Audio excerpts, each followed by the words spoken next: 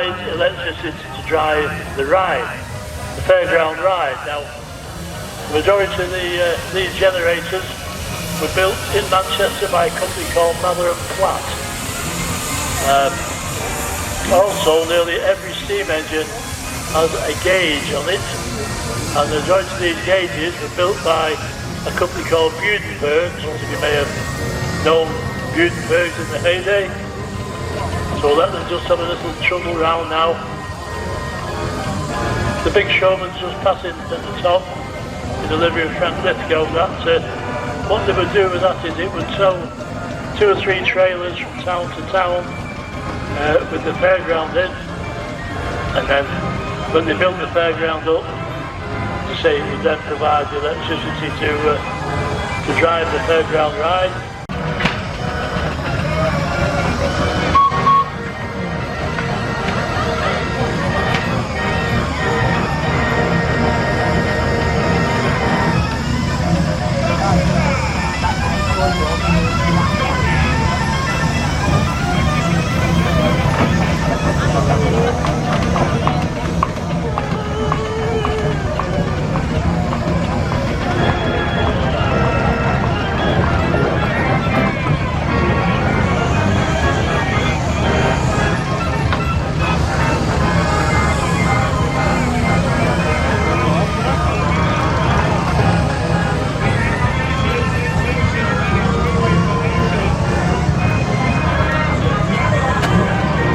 Just entering the arena now, we have a steamroller.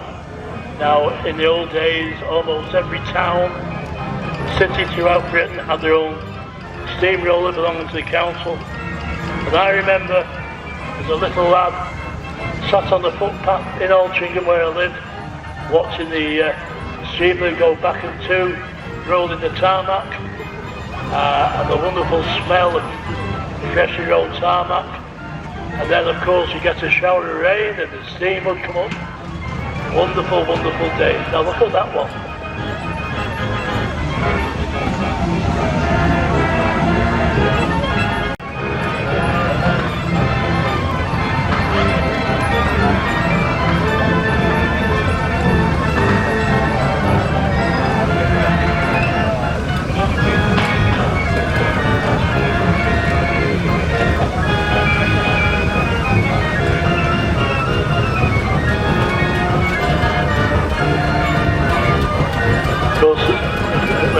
When we remember steamrollers, of course we all remember the late Fred Dibner.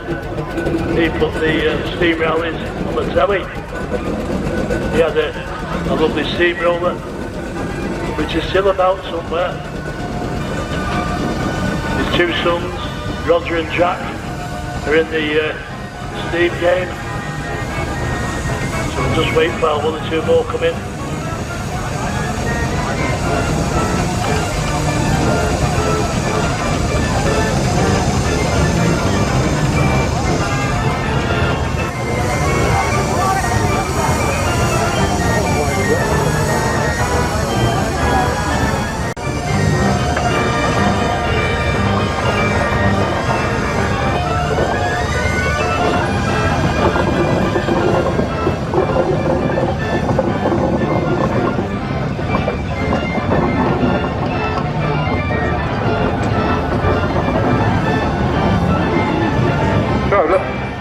Ladies and gentlemen, right, well, the Forest Maiden comes past, so I'm just going to have a wander around while they park up and have a word with some of the owners and drivers and see if they can tell us a little bit about them. So we come over to the first one that parked up, the Burrell, from down in Thetford in Norfolk, Charlie Burrell, prolific traction engine maker, still a very good museum down there. So this is a road locomotive. General purpose engine.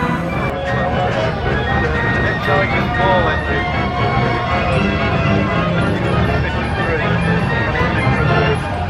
Isaac Ball, of course, in the preservation movement, really well known from Kirkham, and there are still quite a lot of his engines in preservation.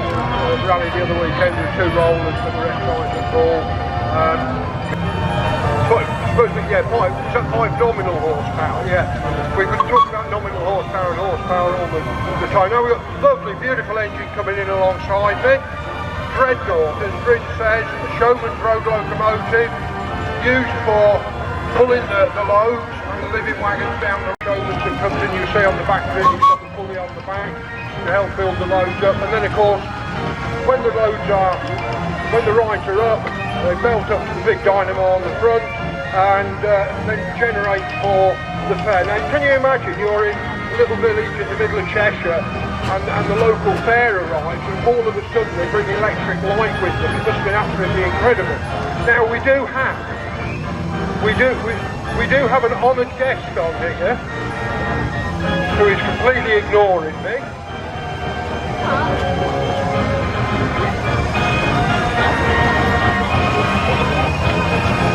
So I'm just going to try and grab a word with our dignitary. Excellent. You haven't got really dirty. And you're enjoying the day. Absolutely lovely. Frank Lithgow, the Dreadnought, another Borough engine down in Cheshire in Norfolk. This has been in preservation for many, many years. And so if you look on the back of this, you'll be able to see the pulling wheel and wire rope on the back, on the hind wheel. They put a crane at the back of that and that would help build the load. Absolutely beautifully turned out. You can see what I sort of call the painted lady. Come down a little bit now, they've all disappeared off the roller. Rollers were probably the last working steam engines in the country. What tended to happen was the roller was retired when the driver retired. Bit of a nomadic existence for the local driver. He'd have a living wagon, he'd go from job to job, he'd move it on a Friday, go home, come back on a Sunday. And who's going to tell me about it then? We've got two children here with grubby faces. You know nothing about it, we've just been told to get on it and drive. I think I get. What's it? 8 tonner? So 8 ton roller there, 1916, and cheated there because you put rubber on the roller. So a little bit lighter, but it does exactly the same job. Go to the belly tanks on these engines. In Foster, we're going up to Lincoln now, single cylinder, and I'm thinking this is definitely pre-1916. 1906, so really, really early engine, single cylinder. Most of the machines here are compound engines, single cylinder. Now William Foster, one of their claims to fame was that the firm was responsible for building the first tank in the First World War. And if you see a Foster engine built after 1916, it has a little lozenge underneath of the First World War tank. Poland, just down the road in Sandbach, started off with traction engines, very quickly moved into steam wagons. It's an oversized steam wagon. George, named after very famous timberman, for inventing or deciding that we could make self-propelled traction engines. The very first traction engines were portable, so they were towed by horse. And Thomas Aveling thought, well, that's a bit daft, why don't we make the engine do the work? And that's where this came from. Then Aveling and Quarter, I'm going to say a 10-ton roller. 10 ton? Not listening to me.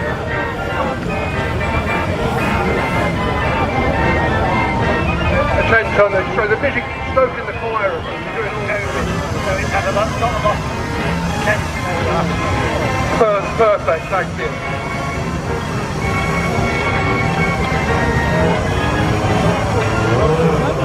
Always beautifully turned out.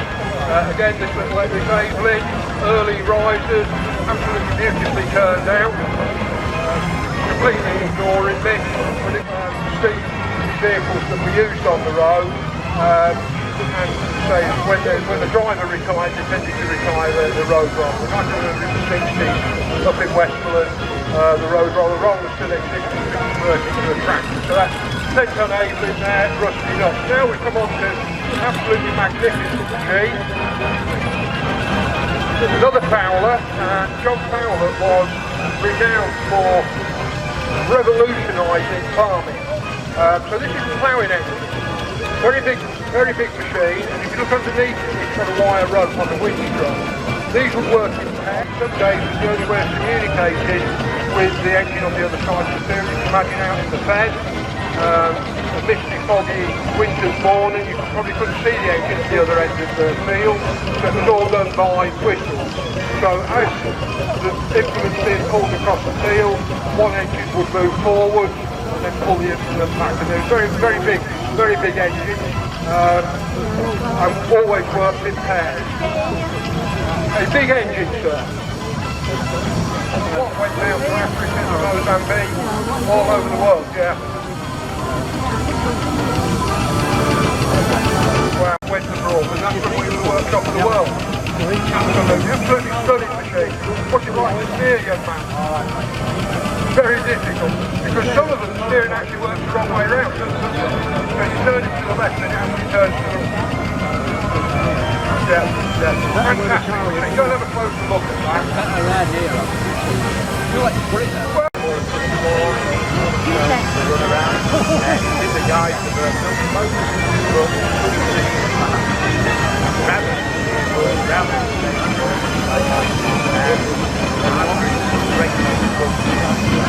absolutely, and I believe the engine's out of this boat. Designed for a boat, half of it has actually been in the boat when it was bigger further. Now it's doing and although designed for the boat, the engine is currently only fantastic, lovely to see you, Jonathan. Catch up again soon. Right, where are we going now? Round the back here, lovely. I'm doing some walking about in this field today. Let's have another look at this roller, Dorothy.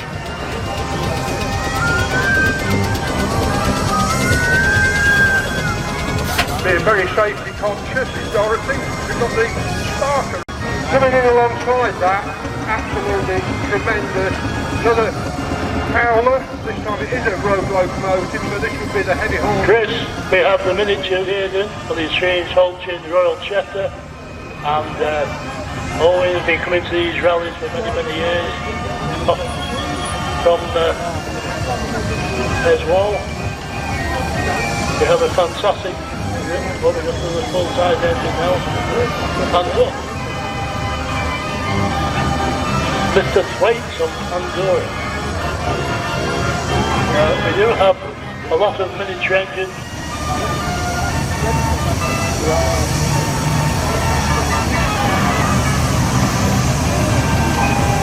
Now then, back to the miniatures. What number's that one?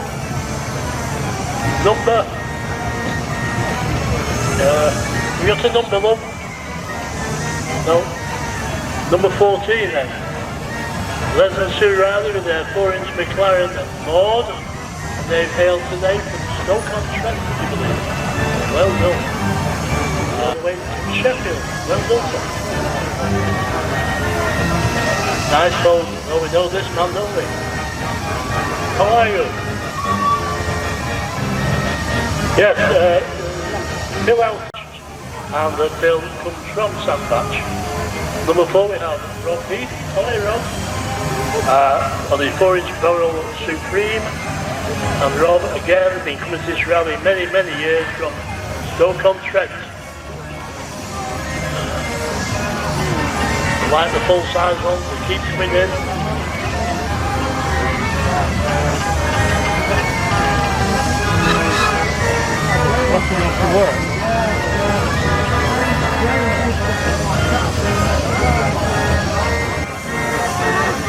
Number 1, Mark Adam. On his 4-inch burl, Alexander and Mark from North. Nice to play in out the trailer. Dan Diblett, on his 4-inch burl, Tracy. And Dan joins us today from Middlewich. Still a coming. I believe he comes from Buxton. Nice engine, that is. Brilliant. Well done to the car. Sam Edison on his 4.5 burl. David, and again, Sam comes along from Stoke-on-Trent. Nice to see the trailer, the young lady on the dog. Now then, what number are you? Some more full-size one, I think.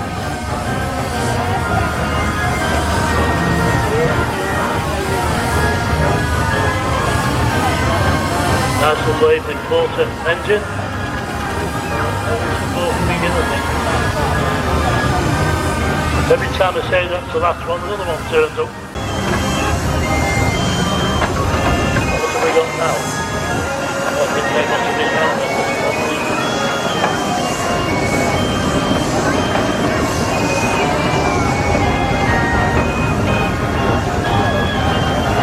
Now then, what about that one? Beautiful. Oh, wait.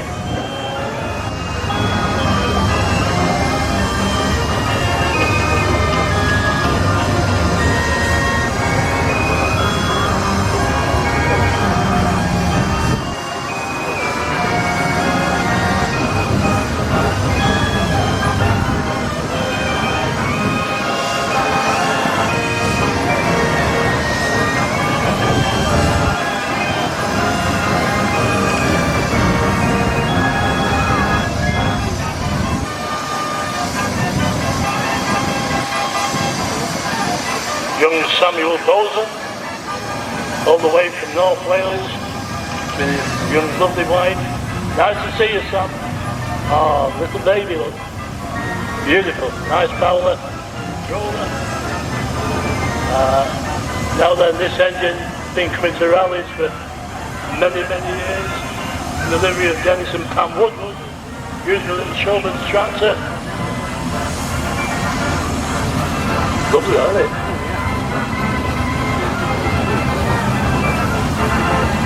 Now, I think we've got another one or two big ones coming in. I don't know why they're always last, but these are coming in.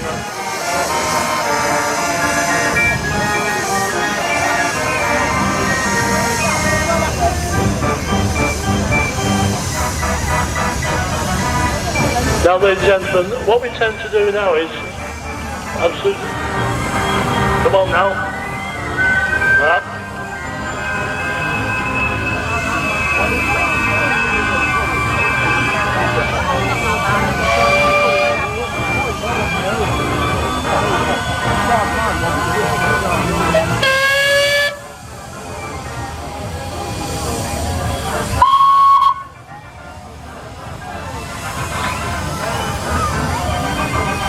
Is that it?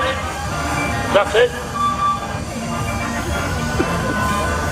Now that's a far better sound than the sound of Oasis at Eton Park. Absolutely superb. Thank you, gentlemen and ladies, for that wonderful display. When it's convenient, whoever led them in would they now lead them out, because it takes a long, long time to get them all out. Hello, still listening. I think we can get the miniatures out first, if you would, please.